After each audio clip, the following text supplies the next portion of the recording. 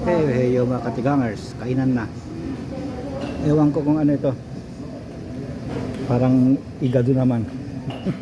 Anong luto ito? Pero wala kang nag-iigado dito kasi hindi sila kumakain ng atay eh. Dito. At saka may hipon na naman. Hipon na inubaran tapos ginamitan.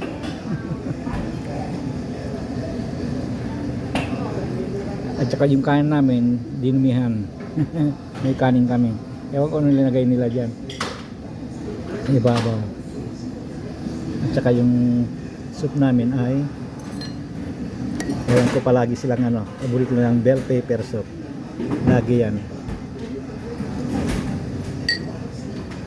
Masarap naman kasi. At saka yung panulak ay melon amoy. Kaya ngayon kainan na tayo. Ito yung nagpapasarap nito eh, itong hipon nito, itong sausawan niya eh, yung gravy niya. Itong gravy niya masarap.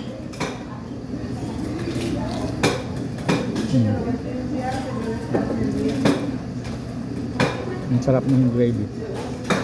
Okay, kaya na, bye bye.